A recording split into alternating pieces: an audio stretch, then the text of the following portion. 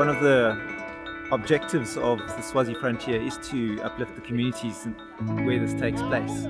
This circular project was identified with the community, and Logico and Inyatsi got together, we bought the materials, and the staff actually came and built this place.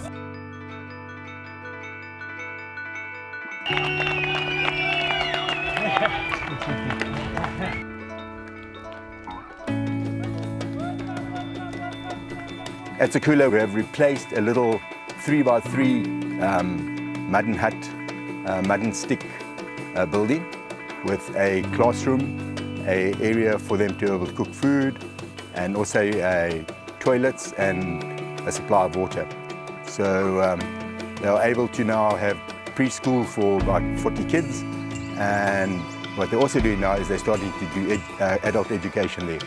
And we've had other sponsors that have come on board with us to supply books and chairs, and so you see, once you start something, everyone comes in, and working together you get this project that actually is amazing in the middle of nowhere.